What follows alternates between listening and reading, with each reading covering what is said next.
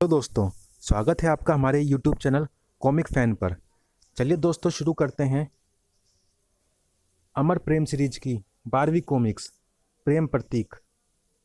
पिछले अंक प्रेम तड़प में आपने पढ़ा, पराक्षी की लाश देखकर शैतान का पुजारी रचित तड़प उठा। शैतान ने उसे उत्थेपो का ताज लाने की जिम्मेदारी सौंप दी। जंगल में एक रहस्यमय रुदन का तीव्र एवं कर्कश स्वर सुनकर कोबी की बोलती भी बंद हो गई। जंगल में भगदड़ मच गई, जिसे रोकने के लिए चल पड़े फूजो और भेड़िया। जंगल में मिली अधखाई लाशें। मर्दा कबीले के सरदार पांगी ने मर्दा जाति द्वारा त्यागी हुई स्त्रियों के विषय में बताया, जो पुरुषों की कट्टर शत्रु थी और उन्हें देखते ही चीर फाड़ डालती थी। संजय गुप्ता पेश करते हैं प्रेम प्रतीक। इंसानों का जंगल नहीं रह गया है ये, कसाई खाना बना दिया है उसने मेरे जंगल को। कौन है ये हत्यारा? सामने आ हत्यारे, मेरे जिस्म को चीर फाड़ कर दिखा। जैन भेड़िया को कहीं ले जाना चाहती थी। कहाँ ले जाना चाहती हो? ये पहाड़ी प्रेम प्रतीक है भेड़िया। ताजमहल जैसे प्रेम प्रतीक को तो सारी दुनिया जानती है, मगर बहुत कम लोग ही जान पाते हैं उन प्रेम प्रतीकों के बारे में, जहाँ के चप्पे चप्पे में एक ताजमहल बना है। देखो इन 5000 सीढ़ियों को। ये क्या कर रही हो भेड़िया? ये एक एक सीढ़ी एक एक ताजमहल की तरह है। लोग मंदिर की सीढ़ियों को इस तरह से स्पर्श करते हैं। ये सच है कि यहाँ कोई मंदिर नहीं है, लेकिन प्यार के पुजारियों के लिए ये जगह किसी मंदिर से कम नहीं। आओ। तुमने काजीरंगा का नाम सुना होगा। हाँ, असम के जंगल को काजीरंगा का जंगल भी कहते हैं। नहीं भेड़िया, इस जंगल का नाम काजीरंगा क्यों पड़ा, यह मैं तुम्हें बताती हूँ। काजी और रंगा दोनों एक दूसरे से बेइंतहा प्यार करते थे। दोनों के कबीलों में बरसों से दुश्मनी चली आ रही थी, जिसकी आंच उन दोनों के प्यार को भी झुलसाने पर आमादा थी। काजी रंगा। मगर काजी रंगा को कोई अलग ना कर सका। दोनों शैतान की पहाड़ी नामक स्थान पर चढ़ गए। यह हमें ढूंढने कोई नहीं आएगा, क्योंकि हर कोई मौत की इस पहाड़ी पर चढ़ने से डरता है। पहाड़ी पर एक खूंखार कबीले का राज था। काजी जानता था कि अब जिंदा रहना है तो उसे मौत से आर पार की लड़ाई लड़नी होगी। मेरे जीत अजीत कोई तुम तक पहुंच नहीं पहुंचेगा रंगा। तुम्हारी जीत होगी कांजी, ये मेरा विश्वास है। कांजी विजेता की तरह लड़ा। उसने रंगा के प्यार को अपना शस्त्र बनाया था। तुम्हारी जीत होगी कांजी, तुम्हारी जीत होगी। तुम्हारा प्यार साथ है तो हार का प्रश्न ही नहीं उठता। खचाक। आह। उसने खूंखार लड़ाकों को अकेली ही गाजर मूली के समान काट डाला। मौत की पहाड़ी को उन्होंने अपने प्यार से सहेज कर स्वर्ग बना डाला। ईश्वर का धन्यवाद करो कांजी, उसी ने ये जन्नत हमें बख्शी है। आहा रंगा, संभल कर, मेरा पाँव मुड़ गया है। नहीं, अब ऐसे काम नहीं चलेगा। ये क्या कर रहे हो कांजी? तुम्हारे पाँव को सीढ़ियों की जरूरत है रंगा। मैं इन्हें बार बार चट्टानों की निर्ममता नहीं सहने दूंगा। नहीं, ये आसान नहीं होगा, ऐसा मत करो। उसके जुनून ने वह दुष्कर कार्य भी कर डाला। मैं तो फौलाद को भी चीर डालता रंगा, ये तो मामूली चट्टानें थी। रंगा कांजी के प्रेम में अभिभूत होकर उससे लिपट गई। प्रेम की प्रतीक है ये सीढ़ियाँ, जो अपने हाथों पर जख्म खाकर तुमने मेरे लिए बनाई है। ईश्वर से मेरी विनती है कि तुम्हारी बाहों में ही दम तोड़ूं। मगर इस मामले में बदनसीब निकली रंगा। 65 साल की उम्र में कांजी की मौत हो गई भेड़िया। कांजी की याद में रंगा ने भी जल्दी ही दम तोड़ दिया। इस प्रकार उनके प्रेम के साथ ही अमर हो गई ये जगह भी, और यहाँ का चप्पा चप्पा। भेड़िया, अब यहाँ प्रेमी जन अपने प्यार की लंबी उम्र की दुआ मांगने आते हैं। कहते हैं काजीरंगा की कब्रों पर श्वेत पुष्प अर्पित करो तो प्रेम अमर हो जाता है। मेरे प्रेम को अमर होने के लिए किसी प्रेम प्रतीक की आवश्यकता नहीं है जैन। वो तो खुद अमर प्रेम का प्रतीक है। जानती हूँ, तुम्हारे और सुकन्या के अमर प्रेम का प्रतीक। बचाओ, कोई और भी यहाँ है। अरे ये शव। ओ नहीं, बचाओ की चीख इसी की थी। भेड़िया ने झाड़ी हटाकर दूसरी ओर झाँका। ओह, वो जा रही है। ये तो स्त्रियां हैं, इनका पीछा करना होगा। भेड़िया संभल कर, वो खतरनाक है। इसका फैसला तो उनसे मेरा सामना होने के बाद ही होगा। उस पुरुष की बेरहमी से हत्या भी इन्होंने ही की होगी। हाँ, इनके नाखूनों पर ताजा रक्त लगा है। ये करतूत इन्हीं की है। ये मर्दा जाति की ही बागी स्त्रियां हैं। मैं इन्हें छोड़ूंगा नहीं। जंगल में कल भी मिली थी दो पुरुषों की चिरी फटी लाशें। ओह, ये तो जबरदस्त उछलनियां और कूदनियां हैं। कहाँ जाएंगी आज ये? मैं साई की तरह इनके पीछे हूँ। उफ, ये तो हैवानियत है। शैतानियत का एक और खौफनाक मंजर। इतनी बेरहमी, इतने शव।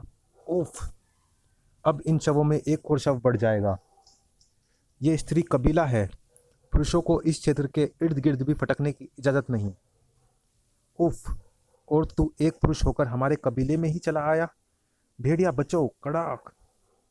ये बेहद आक्रामक हैं। मेरी जरा सी चूक और इनकी जीत। शुक्रिया जैन। खट खट खट। जैन ने मेरी मुश्किल थोड़ी आसान कर दी। स्त्री होकर पुरुष की मदद करती हो। हम मुझे जल्द ही इनसे छुटकारा पाना होगा, और ऐसा तभी संभव है जब मैं इन्हें परास्त कर पाऊं। साएं, खट खट खट साएं। लोमड़ी जैसी लगभग इन 50 टकलियों पर काबू पाना आसान नहीं होगा। अब मुझे थोड़ा आक्रामक होना होगा। खच खच साएं साएं खच खच। मैं भेड़िया के साथ हूँ। हम आह आह आह। बस अब कोई हरकत ना करना भेड़िया, वरना उसकी जान पहले जाएगी। ये सब चांडालनियाँ जैन के टुकड़े करने में देर नहीं लगाएंगी। चांडालनियों की सरदारनी, चंडाल। शाबाश मेरी टकलियों, इसका लहू मेरे रास्ते में बिखेरो। मैं उस पर चलकर जाऊंगी। जैन जानती थी कि समय बहुत कम है। धड़। जैन टकलियों से मुक्त हो गई है। अब मेरी बारी है। इन टकलियों को अब इतना भी समय नहीं दूंगा कि बेहोशी से पूर्व ये दूसरी सांस भी भर पाए। मार दो, मार दो। मेरे पांव उसके खून पर चलने को बेसब्र हो रहे हैं। खटखट साएं साएं। स्त्री अगर जननी है तो पुरुष उस जन्म का आधार। तुम्हें पुरुषों के प्रति अपनी हिंसक धारणा को बदलना होगा, मिटाना होगा इस शत्रुता को। हाँ, क्योंकि शत्रुता ने कभी किसी का भला नहीं किया।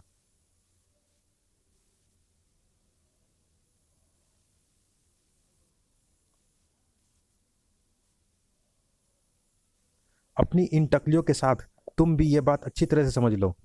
पुरुषों से हमारी सांप और नेवले जैसी ही शत्रुता रहेगी। ये बात तुम अच्छी तरह से समझ लो। पुरुष आदमखोर होते हैं। स्त्रियों के अधिकारों को खाना व कुचलना चाहते हैं। किसी न किसी रूप में तुम में भी जरूर होगी स्त्रियों के प्रति वो आदमखोरता, जो मेरे इस तंत्र प्रहार के पश्चात बाहर आ जाएगी। सुकन्या। क्या तुम्हारा नाम सुकन्या है? नहीं। और तुम इसके साथ आई हो, प्रेम का प्रतीक काजीरंगा की कब्रों पर 7 जन्म तक के साथ की कस्में खाने। जैन की बेचारगी पर जमकर हंसी टकलिया। हा हा हा हा हा हा। सुकन्या, तुम कहाँ हो? तुम यहीं हो। देखो कौन बसी है इसके हृदय में। उसे अपने हर ओर सुकन्या ही दिखाई पड़ रही होगी। सुकन्या, सुकन्या, कहाँ हो तुम? यही है पुरुषों की आदमखोरता। इसीलिए पुरुषों से हमारी शत्रुता कभी खत्म नहीं होगी। हाँ, खत्म होगी, मगर पुरुषों की मौत के साथ। नहीं, उस पर प्रहार मत करना। ठहरो, रुको, उसे मत मारो। तुम कौन हो? यहाँ कैसे आ गई? मेरा नाम मसाबा है। मैंने भेड़िया और जैन को इधर आते देखा था। भेड़िया आदमखोर नहीं है। ये रक्षक है मेरा, सुई का, सबका, पूरे जंगल का। तो जाओ, ले जाओ, ले जाओ इसको।